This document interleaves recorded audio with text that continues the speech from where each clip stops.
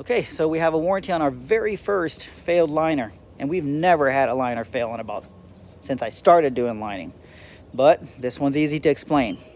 So we have a liner that went under or goes under this driveway up to its connection with the public sewer line. It's not terribly deep, but we had to cut out a reinstatement right here. You see that green dot? So the way the sewer line comes is that it exits the building, makes a 90, and then continues all the way down.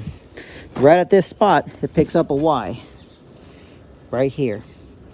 We had to go ahead and reinstate that, and when we reinstated it several years later, it caused the root to breach the top and make its way in.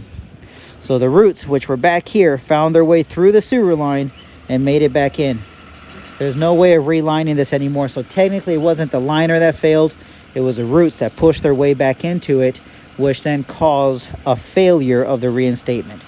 So with that being said, there's only one way of really fixing this, and unfortunately it involves moving this to the right and then doing a clean cut of the concrete to open up just enough to cut out that Y and then reinstate it. Fernco shear band, Fernco shear band, Fernco shear band, concrete the joints, have it inspected by the city of Alexandria, backfilled and concreted. Now, the homeowner would like to see if there's any way we can try to find a way to match the concrete. And I know it's going to be difficult, but if we can at least get the pebbles, tiny pebbles, to evenly go across the new patch of concrete, that would be best.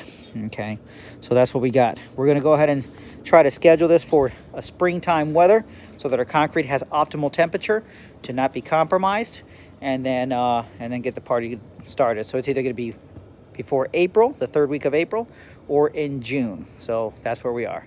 So that's what we got.